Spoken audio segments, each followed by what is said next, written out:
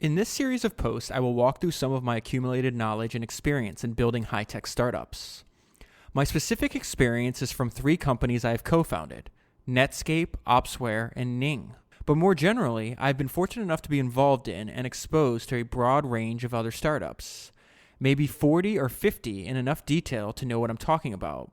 As a board member, as an angel investor, as an advisor, as a friend of various founders, and as a participant in various venture capital funds.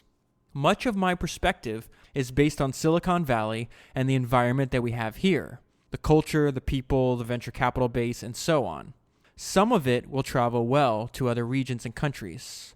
Some probably will not. With all that out of the way, let's start at the beginning. Why not to do a startup?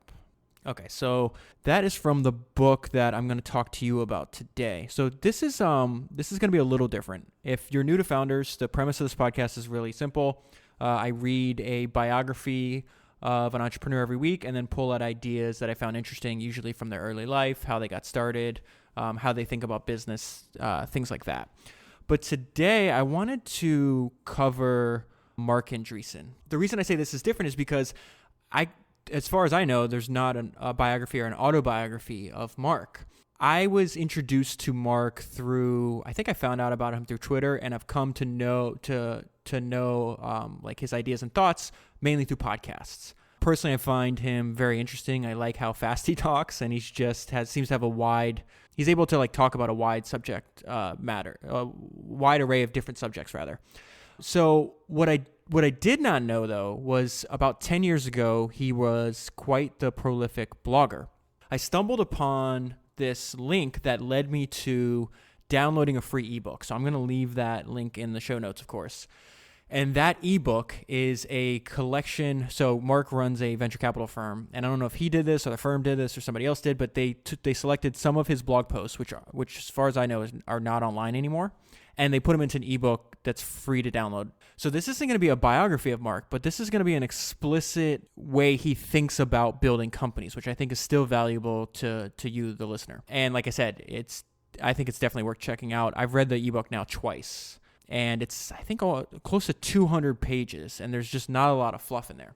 So let me just go ahead and jump into that. It's true that there are a lot of great things about doing a startup.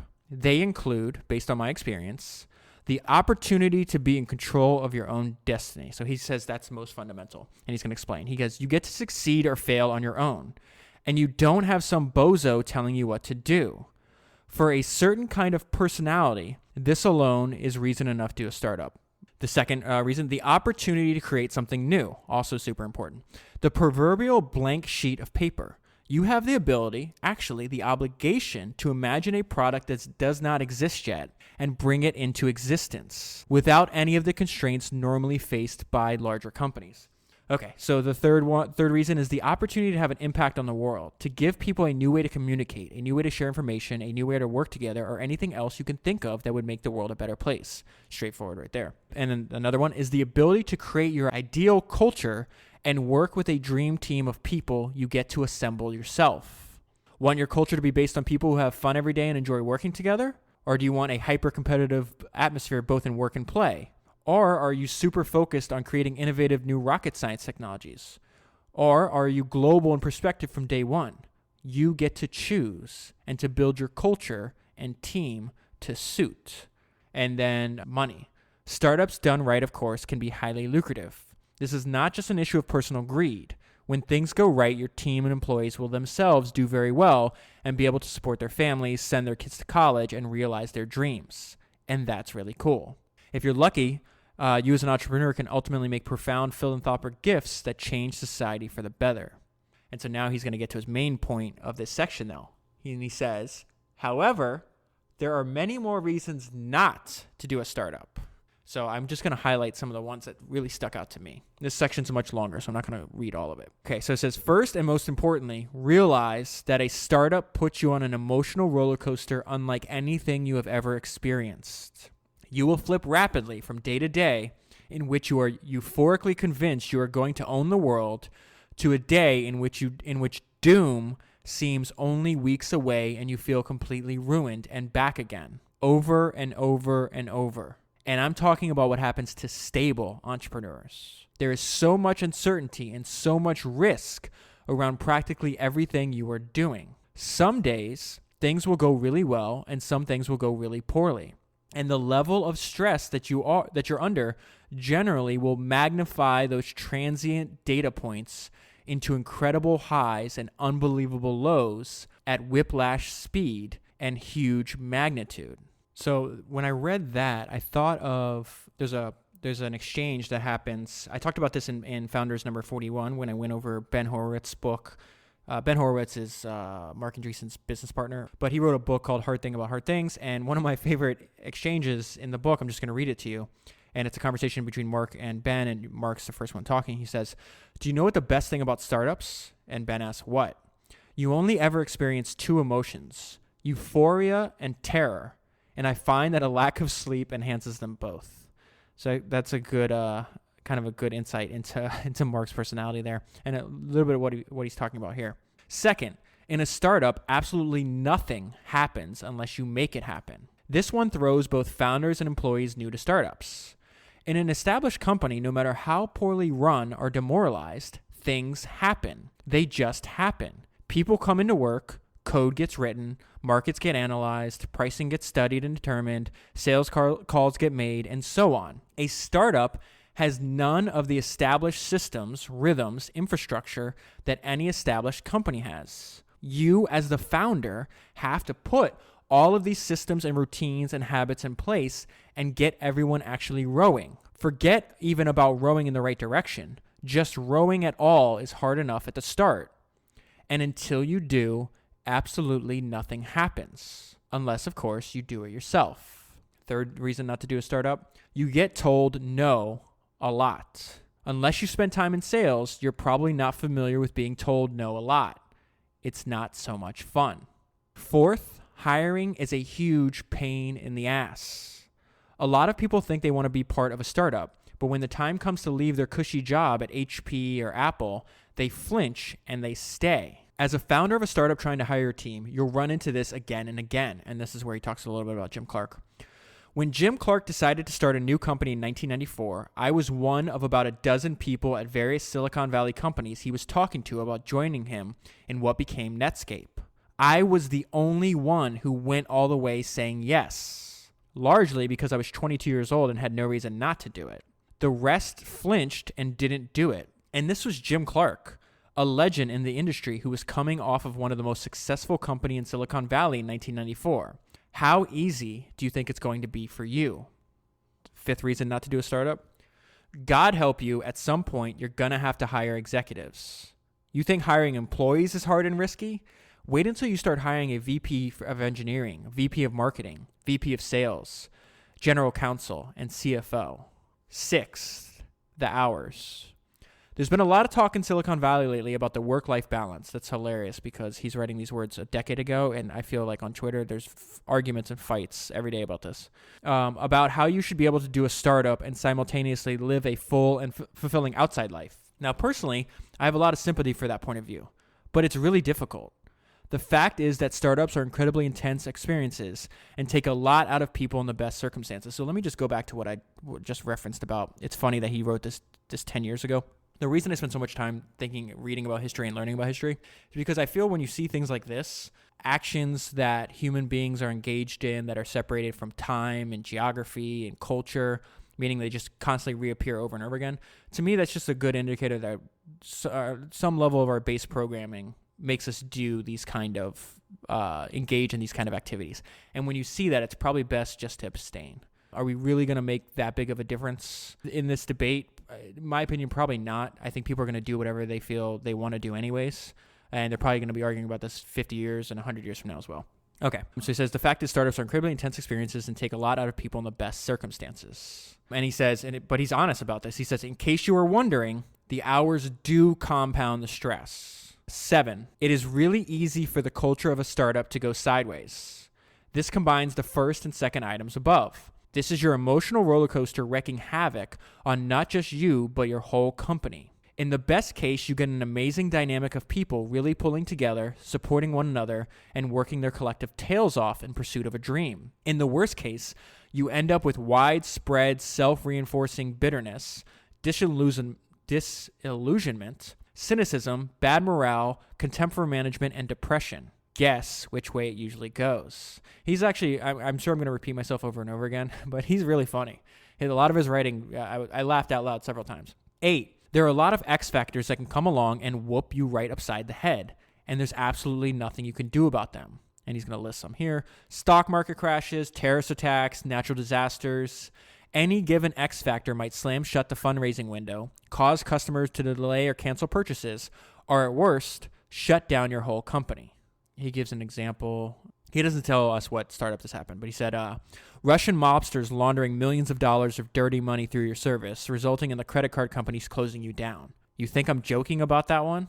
And then he continues, okay, now here's the best part. This is hilarious because I'm just reading, kind of nodding along as I'm reading his answers, and then I didn't even realize that we haven't even got to the point that you haven't even figured out what product to build. So he talks about that here. He says, I haven't even talked about figuring out what product to build, building it, taking it to market, and standing out from the crowd. All the risks in the core activities of what your company actually does are yet to come. Okay, so now I want to get into his post. And he titled the post, The Only Thing That Matters. So now this is Marc writing. This post is all about the only thing that matters for a new startup. But first, some theory. If you look at a broad cross-section of startups, say 30 or 40 or more, enough to screen out the pure flukes and look for patterns, 2 obvious facts will jump out at you. First obvious fact, there is an incredibly wide divergence of success.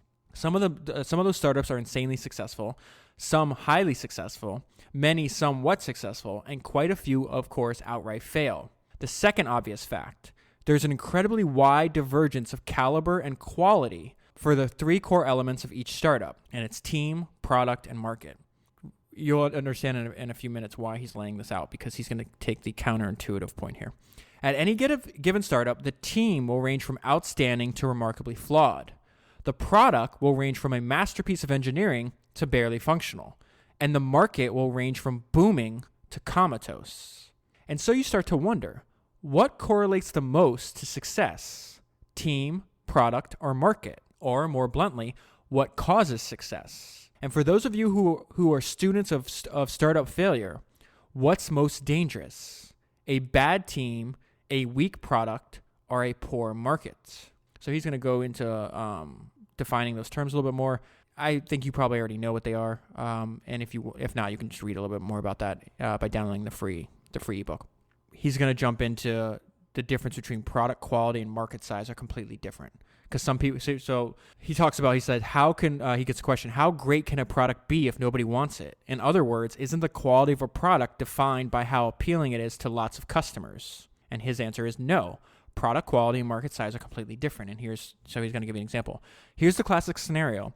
The world's best software application for an operating system nobody runs. Just ask any software developer targeting the market for next applications what the difference is between great product and a big market. And so now he's going to build into his own thoughts on this. He said, so if you ask entrepreneurs or VCs which of team, product, or market is most important, many will say team. This is the obvious answer, in part because at the beginning of a startup, you know a lot more about the team than you do about the product, which hasn't even been built yet, or the market, which hasn't even been explored yet. Good points, right? But plus, we've all been raised on slogans like people are our most important asset. At least in the U.S., pro-people sentiments permeate our culture, ranging from high school self-esteem programs to the Declaration of Independence's inalienable rights to life, liberty, and the pursuit of happiness. So the answer that team is the most important feels right. And who wants to take the position that people don't matter? On the other hand, if you ask engineers, many will say product. This is a product business. Startups invent products, customers buy and use the products. Apple and Google are the best companies in the industry today because they build the best products. You're clearly seeing he's steel-manning their argument. This is not what he believes. This is what he hears from engineers. Without the product, there is no company. Just try having a great team and no product, or a great market and no product. What's wrong with you? Now let me get back to work on the product. And so now we're going to hear his own opinion. Personally, I'll take the third position. I'll assert that market is the most important factor in a startup's success or failure. And here he lays out his pretty convincing argument. Why? In a great market, a market with lots of real potential customers, the market pulls product out of the startup. The market needs to be fulfilled, and the market will be fulfilled by the first viable product that comes along. The product doesn't need to be great. It just has to basically work. And the market doesn't care how good the team is as long as the team can produce the viable product. In short, customers are knocking down your door to get the product. The main goal is to actually answer the phone and respond to all the emails from people who want to buy. And when you have a great market, the team is remarkably easy to upgrade on the fly. And so here's some examples. So this is the story of search keyword advertising and internet auctions and TCP/IP routers. Conversely, in a terrible market, you can have the best product in the world and an absolutely killer team, and it doesn't matter. You are going to fail. You'll break your pick for years trying to find customers who don't exist for your marvelous product, and your wonderful team will eventually get demoralized and quit, and your startup will die. This is the story of video conferencing and workflow software and micropayments. So now he's going to get into, remember that the name of this post is the most important thing. So there's this guy, Andy Rachleff, that he's going to quote. He has these series of ideas called Rachleff's Law of Startup Success. And so it says, the number one company killer is lack of market. And this is Mark writing. He says, Andy puts it this way. It's actually a good summary of this entire post. When a great team meets a lousy market, the market wins. When a lousy team meets a great market, the market wins. When a great team meets a great market, something special happens. You can obviously screw up a great market, and that has been done and not infrequently. But assuming the team is baseline competent and the product is fundamentally acceptable, a great market will tend to equal success and a poor market will tend to equal failure. Market matters most. Neither a stellar team nor a fantastic product will redeem a bad market. I can name you a bunch of examples of great teams that totally screwed up their products. Great products are really, really, really hard to build. Hopefully, a great team also gets you a great market. But I can also name you lots of examples of great teams that executed brilliantly against terrible markets and failed. And I love this summary, and he even italicized it in his writing. Markets that don't exist don't care how smart you are. Conversely, he continues, I can name you any number of weak teams whose startups were highly successful due to explosively large markets for what they were doing. And he says, a great team is a team that will always beat a mediocre team, given the same market and product. A few paragraphs down, the question is, well, as a startup founder, what should I do about all this? And so now Mark's going to get into that. He says, let's introduce Rachleff's corollary of startup success. And this is the core of his, the reason Mark's writing this post. The only thing that matters is getting to product market fit. Product market fit means being in a good market with a product that can satisfy that market. You can always feel when product market fit isn't happening. The customers aren't quite getting value out of the product. Word of mouth isn't spreading.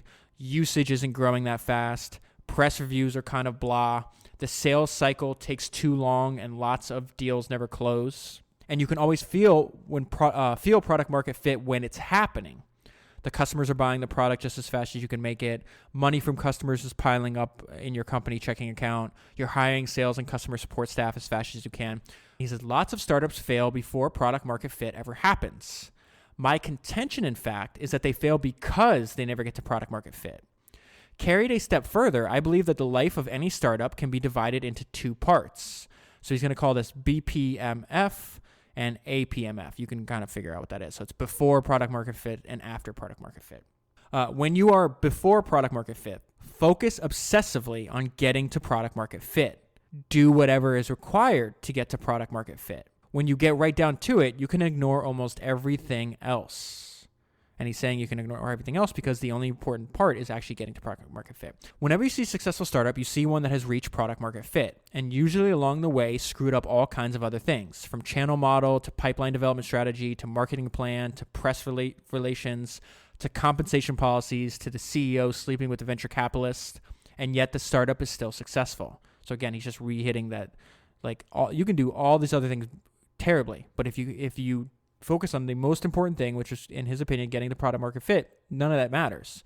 And so now he's going to say the reverse of that. Like, there's plenty of really well-run companies that never get it and still fail. So it says, conversely, you say a surprising number of really well-run startups that have all aspects of operations completely buttoned down. HR policies in place, great sales model, thoroughly thought-through marketing plan, great interview processes, outstanding catered food, heading straight off a cliff due to not ever finding product market fit.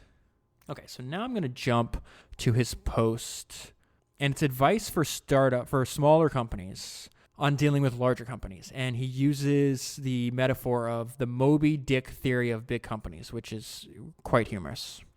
So he says, there are times in the life of a startup when you have to deal with big companies. The most important thing you need to know going into any discussion or interaction with a big company is that you're Captain Ahab, and the big company is Moby Dick. When Captain Ahab went in search of the great white whale, Moby Dick, he had absolutely no idea whether he would find Moby Dick. What happened was entirely up to Moby Dick, and Captain Ahab would never be able to explain to himself or anyone else why Moby Dick would do whatever it is he would do.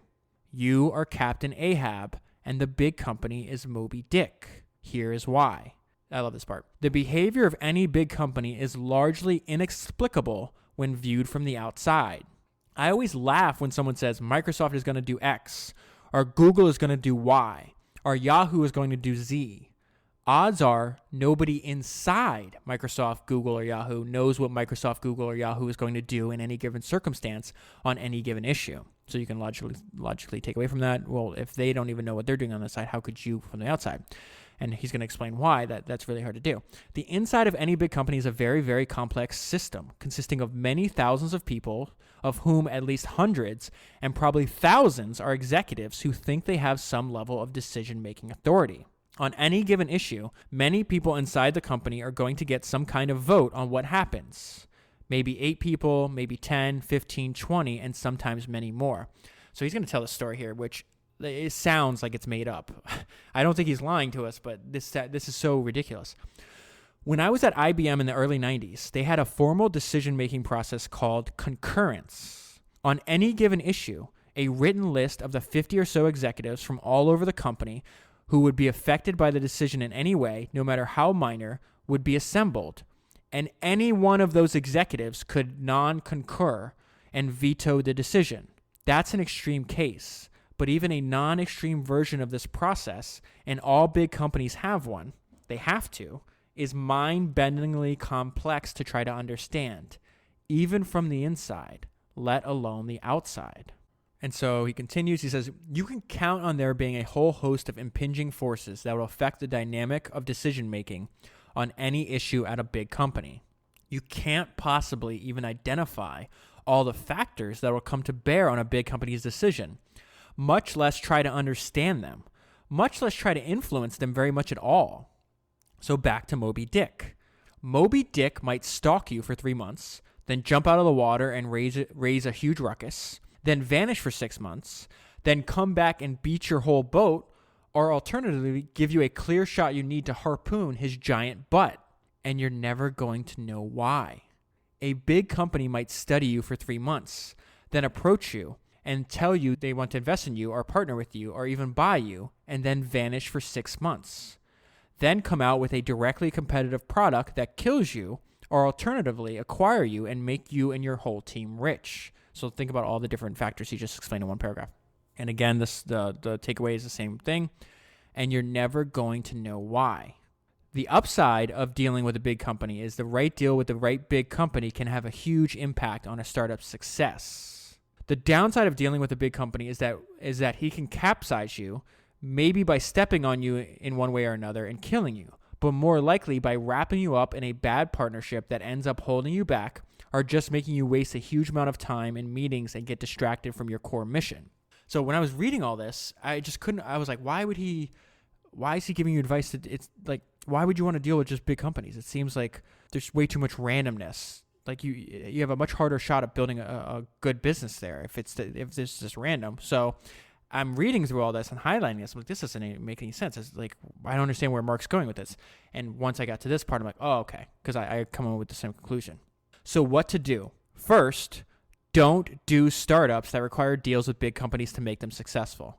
The risk of, and he tells you why, the risk of never getting those deals is way too high, no matter how hard you are willing to work at it.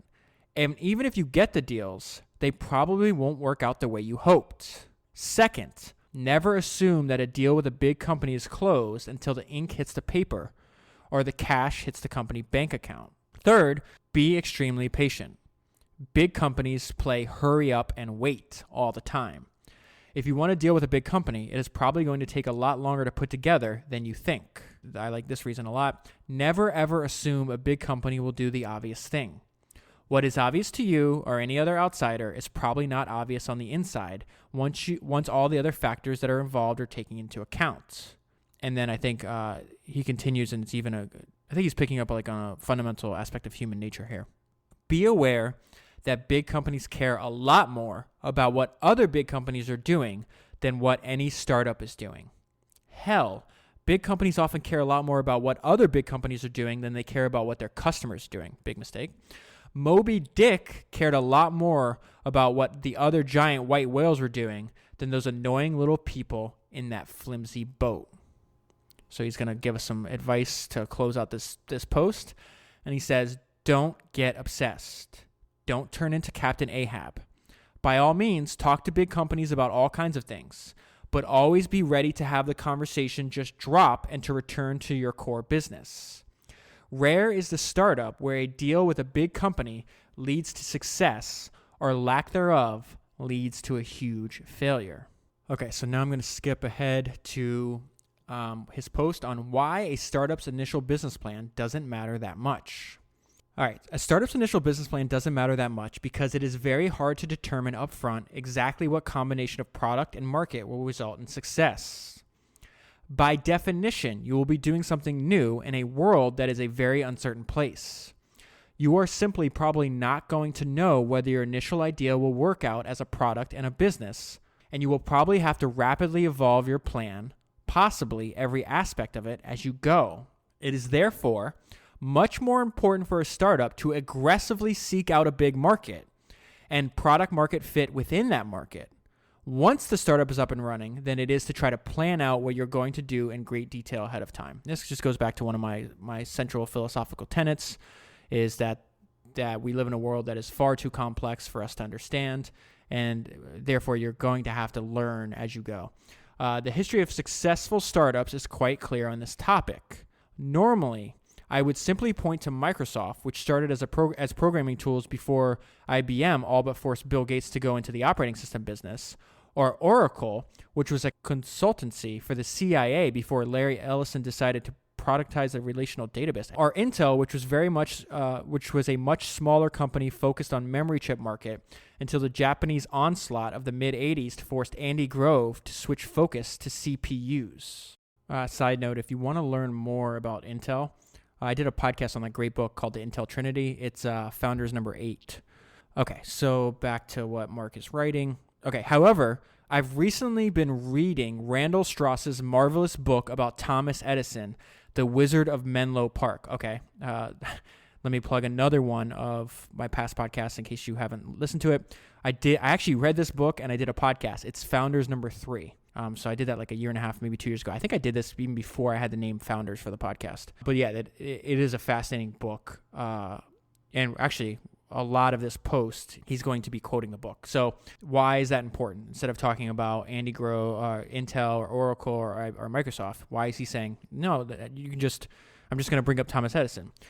And he says, and here's the reason, because of one of Edison's, one of the most important inventions of all time, and how it actually started. So his whole point is like, you can't predict, is kind of relayed here in this Edison story. So it says Edison's first commercially viable breakthrough invention was the phonograph. Okay, so what the hell's a phonograph, right? Well, the phonograph is the forerunner to what you kids know as the record player, the turntable, the Walkman, the CD player, and the iPod. And as a result, podcasts, the very activity that we're engaged in right now. Because what did a phonograph do? It allowed you to play back at a later time recorded audio. Edison went on, of course, to become one of the greatest inventors and innovators of all time. As our story begins, Edison, an unknown inventor running his own startup, is focused on developing better hardware for telegraph operators. He is particularly focused on equipment for telegraph operators to be able to send voice messages over telegraph lines. So it says the day after Edison, this is Randall Strauss writing now, the day after Edison had noted the idea for recording voice messages received by a telegraphy office, he came up with a variation. That evening, on July 18th, 1877, when his lab's midnight dinner had been consumed, Edison turned around to face his assistant, and it's Charles Batchelor, he's kind of a famous guy in his own right, and casually remarked, "Batch, if we had a point on this, we could make a record of some material which we could afterwards pull under the point, and it would give us the speech back." As soon as Edison had pointed it out, it seemed so obvious that they did not pause to appreciate the suggestion. Everyone jumped up to rig a test. Within an hour, they had the gizmo set up on the table. Edison sat down, leaned into the mouthpiece, and delivered the stock phrase that the lab used to test telephone diaphragms. "Mary had a little lamb." Batchelor reinserted the beginning of the strip on which the phrase had been recorded, and out came "Airy had L am." It was not fine talking, Batchelor recalled, but the shape of it was there. The men celebrated with a whoop, shook hands with one another, and worked on. By breakfast the following morning, they had succeeded in getting clear articulation from waxed paper, the first recording medium. And then this is a really important point. The discovery was treated surprisingly casually in the lab's notebooks. It was a singular moment in the modern history of invention, but in the years that would follow, Edison would never tell the story the way it actually unfolded that summer, always moving the events from July 1877 to December. We may guess the reason why. In July, he and his assistants failed to appreciate what they had discovered. So remember, the start of this paragraph says it's the singular moment in the modern history of invention. A few sentences later, they actually don't even know what they've discovered yet. At the time, they were working feverishly to develop a set of working telephones to show their best prospect. So they're trying to sell these working set of telephones to the company Western Union. There was no time to pause and reflect on the incidental invention of what the first working model of the phonograph, of what was going to be the first working model of the phonograph. The invention continued to be labeled in the notebooks with the broader rubric, speaking telegraph, reflecting the assumption that it would be put to use in the telegraph office recording messages. And this is going to give you an idea of what Edison's state of affairs in his life was at the time.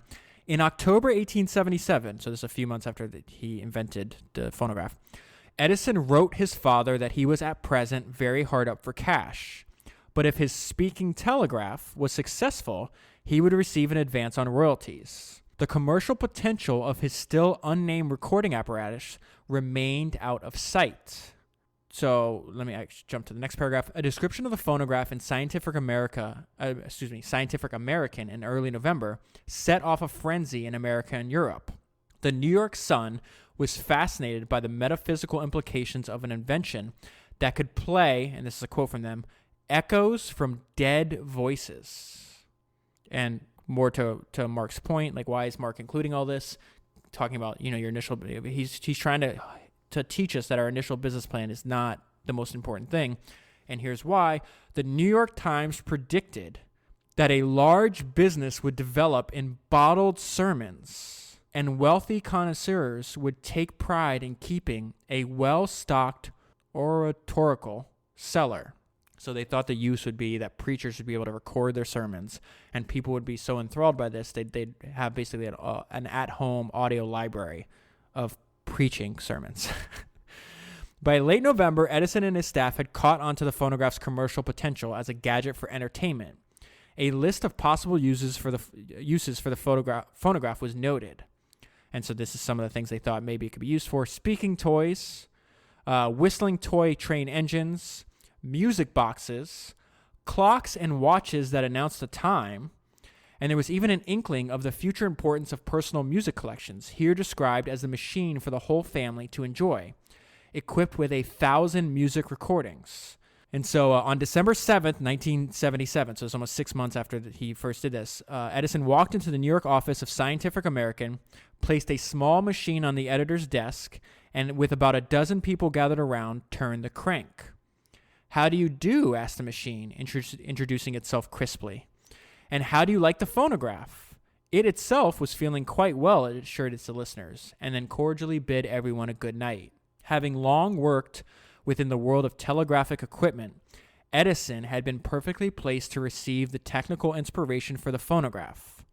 But that same world, oriented to a handful of giant industrial customers, had nothing in common with the consumer marketplace. And now this is Mark finishing up this post with what he took away from that. And he says, the story goes on and on. You should read the book. It's all like this. The point is this. If Thomas Edison didn't know what he had when he invented the phonograph, while he thought he was trying to create better industrial equipment for telegraph operators, what are the odds that you or any entrepreneur is going to have it all figured out up front? Okay, so that is the end of what I wanted to include for the Pmarca Guide to Startups. Now he has the Pmarca Guide to Career. And there's just a few parts that I want to share with you here that I think are extremely valuable. So we're going to be talking about career planning. He says, in real life, as opposed to blogging, one of my least favorite things to do is give career planning advice. Most people who say they want career planning advice aren't actually looking for advice. They just want validation of the path they already chosen. Because of that, giving someone career planning advice is one of the surest ways to end up feeling like an asshole. However, as with so many other things, career planning is a topic about which I have plenty of opinions. So I love that. He's like, this is useless. I don't like doing it, but I have a lot of opinions, so I'm going to write them down. The three parts like I said earlier, that I'm going to focus on is how to think about opportunity, skills and education, and where to go and why. So let's start with opportunity. The first rule of career planning: do not plan your career. The world is an incredibly complex place, and everything is changing all the time. You can't plan your career because you have no idea what's going to happen in the future. You have no idea what industries you'll enter, what companies you'll work for, what roles you'll have, where you'll live, or what you'll ultimately contribute to the world. You'll change. Industries will change. The world will change. And you can't possibly predict any of it. Trying to plan your career is an exercise in futility that will only serve to frustrate you and to blind you to the really significant opportunities that life will throw your way. Career planning equals career limiting. The sooner you come to grips with that, the better. The second rule of career planning: instead of planning your career, focus on pursuing opportunities. Opportunities are key. I would argue that opportunities fall loosely into two buckets: those that present themselves to you and those that you go out and create.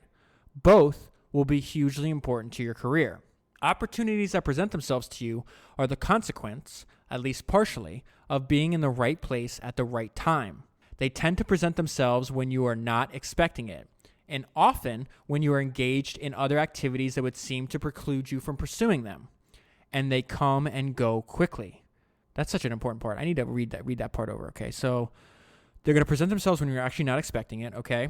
Usually when you're engaged in some other activity, and that usually would prevent you from pursuing that, right? And then I want to repeat this part because it might be the most important part. And they come and go quickly. If you don't jump all over an opportunity, someone else generally will, and it will vanish. I believe a huge part of what people would like to refer to as career planning is being continuously alert to opportunities that present themselves to you spontaneously when you happen to be in the right place at the right time. And so he's going to give you some examples of what that might look like in real life. A senior person at your firm is looking for someone young and hungry to do the legwork on an important project, in addition to your day job. Your former manager has jumped ship to a hot growth company and calls you 3 months later and says, come join me. Or a small group of your smartest friends are headed to Denny's at 11 p.m. to discuss an idea for a startup. Would you like to come along? And now Mark is going to give his opinion on this. He says, I am continually amazed at the number of people who are presented with an opportunity like the ones above and pass. There's your basic dividing line between the people who will shoot up in their careers like a rocket ship and those who don't right there. I am also continually amazed at the number of people who coast through life and don't go and seek out opportunities, even when they know in their gut what they'd really like to do. Don't be one of those people. Life is way too short. Unfortunately, I think that's probably the vast majority of people. The world is a very malleable place. If you know what you want and you go for it with maximum energy and drive and passion, the world will often reconfigure itself around you much more quickly and easily than you would think. Now, I'm not proposing that you simply ping pong from opportunity to opportunity randomly. You can have a strategy, and here's how I think that strategy should work. People who manage money professionally don't think about individual investments in isolation. They think about those investments as part of an overall portfolio. Each investment has its potential return, the benefit you get from owning it, and its potential risks, the things that can go wrong. A portfolio, then, is a set of investments, and the portfolio assumes the return and risk characteristics of all the investments blended together. Viewed in that context, it is often logical to have individual investments within a portfolio that are far more risky than one would normally find comfortable, and that's only if the potential return is good enough, or investments that are far less risky and have far less return potential than one would normally want to protect one's downside. The risk of any individual investment is not important. What is important is how the risks and the potential returns of all those investments combine in the overall portfolio. So why is he giving us, like an Econ 101 lesson? Then here's the reason why.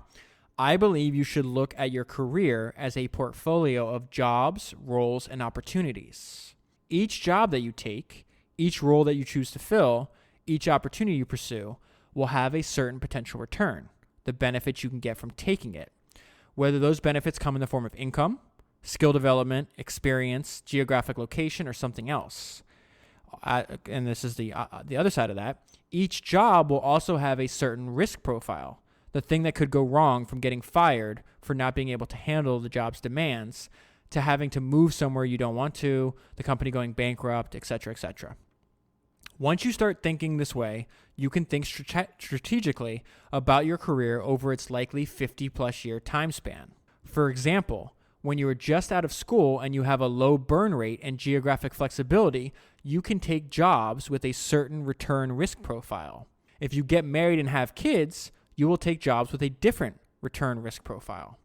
Later, when your kids grow up and you're once again free to move about and you don't have to worry about tuition payments and a mortgage on a big house in a great school district, but you now have far more experience than you did when you were first starting out, you can also take jobs with a third risk-return profile.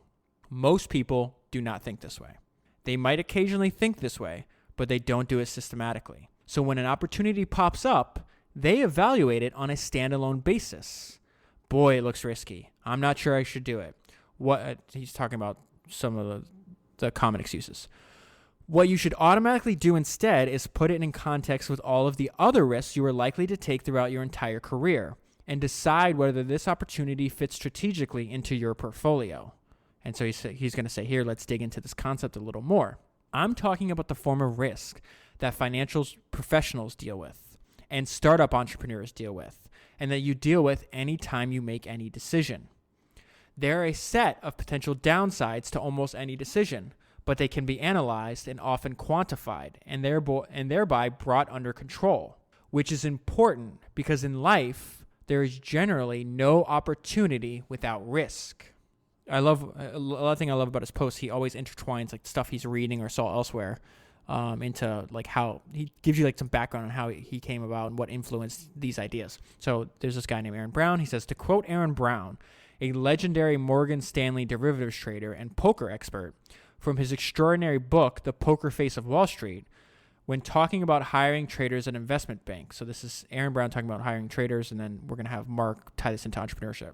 What I listen for is someone who really wanted something that could be attained only through taking a risk, whether that risk was big or small. It's not even important that she managed the risk skillfully. It's only important that she knew it was there, respected it, but took it anyway. Most people wander through life carelessly taking whatever risk crosses their path without compensation, but never consciously accepting risk to pick up the money and other good things lying all around them. Other people reflexively avoid every risk or grab every loose dollar without caution. I don't mean to belittle these strategies. I'm sure they make sense to the people who pursue them. I just don't understand them myself. I do know that none of these people will be successful traders. So now we're back to Mark, and he says, so when you are presented with an opportunity, carefully analyze its risks, but do so within the context of your likely lifetime portfolio risks, and do so realizing that taking risk can be a good thing when it leads to pursuing the best opportunities. So he's going to give us some concrete examples here, and he says, all that said, here are some of my opinions about the kinds of risks you should take and when. I actually sent this, I actually took screenshots of this and sent it to my brother-in-law because he's dealing with this now. He's young, no kids, just got married, but living in, a relatively cheap apartment, has a job that there's a clear path forward to advancement and a stable income, but maybe he doesn't like it and doesn't really want to spend his life doing that. And I sent him this part right here.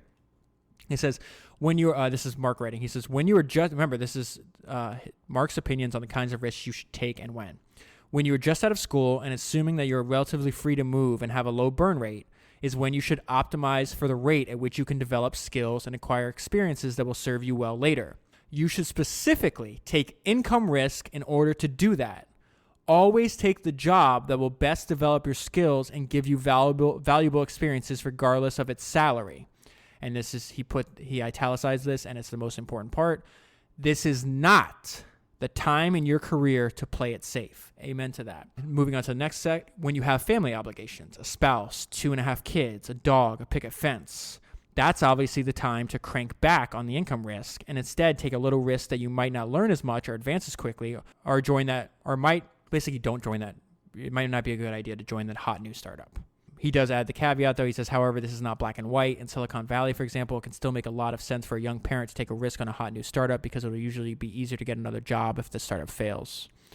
Third one, there may be times when you realize that you are dissatisfied with your field. Okay, this I talk about constantly with people in my personal life.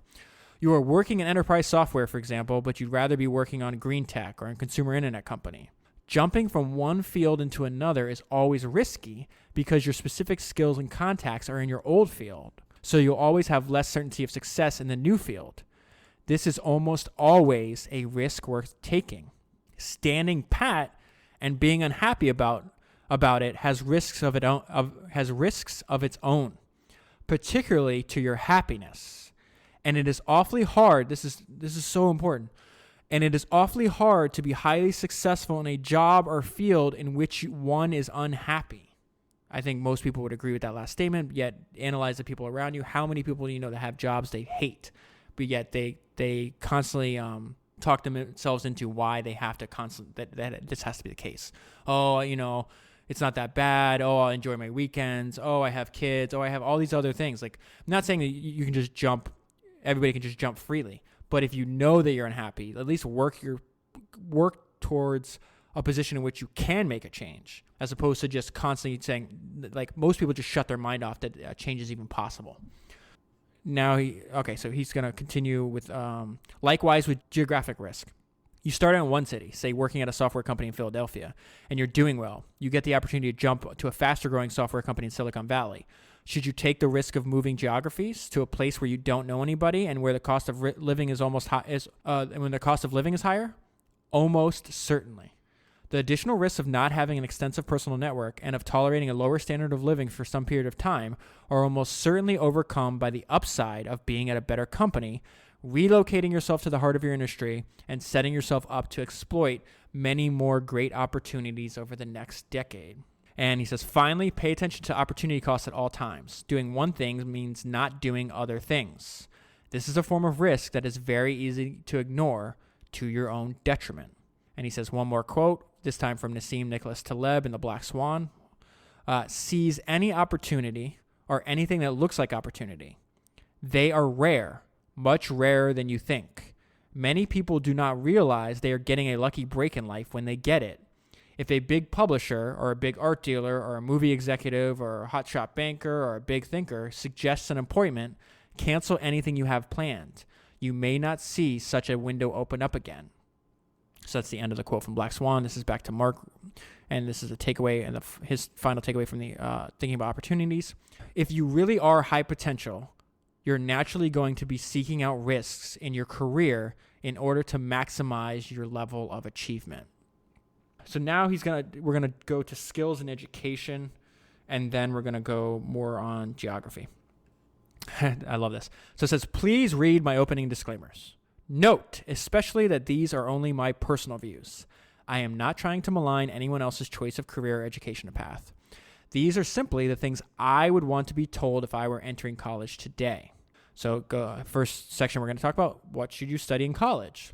Some people argue that college will be your one chance in life to pursue your passion, to spend 4 years doing nothing but studying whatever you love the most, whether that's Renaissance literature or existential philosophy. I disagree. If you intend to have an impact on the world, the faster you start developing concrete skills that will be useful in the real world, the better. And your undergrad degree is a great place to start. Once you get into the real world and you're primed for success, then you can pursue your passion. So as you can imagine, he's just going to recommend STEM degrees mostly. So I'm going to skip over that part, but I am going to share with you why he's recommending this. So he says, why do I take this stance? Technical degrees teach you how to do something difficult and useful that matters in the real world, even if you don't end up actually doing what the degree teaches you how to do. Going through the experience of learning how to do it will help you go through other serious learning experiences in your career. Complexity and difficulty will not faze you. Plus, technical degrees teach you how to think like an engineer, a scientist, an economist, or a mathematician, how to use reason, logic, and data. This is incredibly useful in the real world, which generally demands rigorous thinking on the path to doing anything big. Plus, technical degrees indicate seriousness of purpose to future employers and partners. You get coded right up front as someone who is intent on doing real things. And I love his writing here, and he italicized this to really hone in that it's important to him. Graduating with a technical degree is like heading out into the real world armed with an assault rifle instead of a dull knife. What college or university should I go to? Try very, very hard to go to one of the best colleges or universities in the world for your chosen field. Do not worry about being a small fish in a big pond. You want to always be in the best pond possible, because that's how you will get exposed to the best people and the best opportunities in your field. Okay, now he's talking about, we're going to skip ahead talking about, so that's education. And in relation to education is developing skills, because that's what you should, what's the purpose of learning something, right? So he says this is his favorite way of thinking about how do you develop skill once you're out of school. So this is my favorite way of thinking about this is seek to be a double, triple, quadruple threat. Scott Adams, the creator of Dilbert, nails it. So he's going to quote from a blog post that Scott Adams made about a decade ago. And so this is Scott writing. He said, if you want an average successful life, it doesn't take much planning. Just stay out of trouble, go to school, and apply for jobs you might like. But if you want something extraordinary, you have two paths. Become the best at one specific thing, or become very good, top 25%, at two or more things. The first strategy is difficult to the point of near impossibility. Few people will ever play in the NBA or make a platinum album. I don't recommend anyone even try. This is Scott still writing, by the way. The second strategy is fairly easy. Everyone has at least a few areas in which they could be in the top 25% with some effort. In my case, I can draw better than most people, but I'm hardly an artist. And I'm not any funnier than the average stand-up comedian who never makes it big, but I am funnier than most people. The magic is that few people can draw well and write jokes. It's the combination of the two that makes what I do so rare. And when you add in my business background, suddenly I had a topic that very few cartoonists could hope to understand without living it. Get a degree in business on top of your engineering degree, law degree, medical degree, science degree, or whatever. Suddenly, you're in charge, or maybe you're starting your own company using your combined knowledge. This is probably the most important sentence in this entire post. Capitalism rewards things that are both rare and valuable. You make yourself rare by combining two or more pretty goods until no one else has your mix. It sounds like generic advice, but you'd be hard-pressed to find any successful person who didn't have about 3 skills in the top 25%. I mean, the top 25% of all people. Okay, so now this is Mark telling us his opinion about what Scott just wrote. All successful CEOs are like this. They are almost never the best product visionaries, or the best salespeople, or the best marketing people, or the best finance people, or the best managers. But they are top 25% in some set of those skills. And then all of a sudden, they're qualified to actually run something important. Mark is going to tell us his opinion of which skills we should focus on cultivating. Let me cite as examples 5 skills that you can develop once you leave school that, in combination with your degree or degrees and your other skills, can help maximize your potential. First, communication. So he says, back to Scott Adams. He's going to go back and quote that another blog post. I always advise young people to become good public speakers, meaning get into the top 25% of all public speakers. Anyone can do it with practice. If you add that talent to any other, suddenly you're the boss of people who have only one skill. And at least one of those skills in your mixture should involve communication, either written or verbal. Now, this is Mark again. The great thing about communication is that most people are terrible at it because they never take it seriously as a skill to develop. This is particularly true of engineers and technical people who often quaintly believe that the world works logically and that people will automatically recognize the quality of things. Ha! Of course, communication is critically important because it's how you convey information and concepts to a lot of people in ways that will cause them to change their behavior. So we're building companies. We want some kind of impetus of behavior change because we want you to buy the product or service, right? We want our customers to do something. We want to convince them to do something. So you have to communicate. This is one I think is extremely important. Learn how to sell. I don't mean learn how to sell someone a set of steak knives they don't need, although I hear that can be quite an education by itself. I mean, I learn how to convince people that something is in their best interest to do, even when they don't realize it up front. Think of this as the art of being able to interact with people such that they will do what you want predictably and repeatably, as long as you're making sense and offering them something they should want. This is another terribly underrated skill, at least among people who aren't professional salespeople. But it's an incredibly general skill that can be helpful not only in your career, but throughout your entire life. Towards the end of this post, he asked the question, or somebody asked the question, like, do you have any other final thoughts on education? He says, yes. If you're in college now, or you're about to graduate from college, and you come from an upper middle class background, especially if you're going to an Ivy League school, take the time to read a provocative essay David Brooks wrote several years ago called "The Organizational Kid." And so I'm going to read some excerpts of this essay, and we're going to see why Mark feels this is so important. So this is David Brooks writing. He says, I asked several Ivy League students to describe their daily schedules, and their replies sounded like a session of future workaholics of America. Crew practice at dawn, classes in the morning, resident advisor duty, lunch, study groups, classes in the afternoon, tutoring disadvantaged kids in Trenton, a cappella practice, dinner, study, science lab, prayer session, study for a few hours more. Nowhere did I find any real unhappiness with this state of affairs. Nowhere did I find anybody who seriously considered living any other way. These super accomplished kids aren't working so hard because they are compelled to. It's not the stick that drives them. It's the carrot. Opportunity lures them. In a rich information-age country like America, promises of enjoyable work abound, at least for people as smart and as ambitious as these. I want to be this busy, one young woman insisted after she had described a daily schedule that would count as slave driving if it was imposed on anyone else. We have in America a generation of students who are extraordinarily bright, morally earnest, and incredibly industrious. They like to study and socialize in groups. They create and join organizations with great enthusiasm. They are responsible, self-conscious, and mature. They feel no compelling need to rebel, not even a hint of one. They not only defer to authority, they admire it. Side note, that's probably why so few of them actually build great companies. They regard the universe as beneficent, orderly, and meaningful. At the schools and colleges where the next leadership class is being bred, one finds not angry revolutionaries, despondent slackers, or dark cynics, but the organization kid. So that's the term that David is putting on this. And now Mark is going to tell us why this is so dangerous. Now, if your parents are middle class or lower middle class and you're attending a state school or a local college and you're working your way through school in order to pay for tuition, you can stop reading now. You probably don't have anything to worry about. But if you read Brooks' essay and recognize yourself, then read on. So he talks about what's the risk in raising kids this way or living your life that way.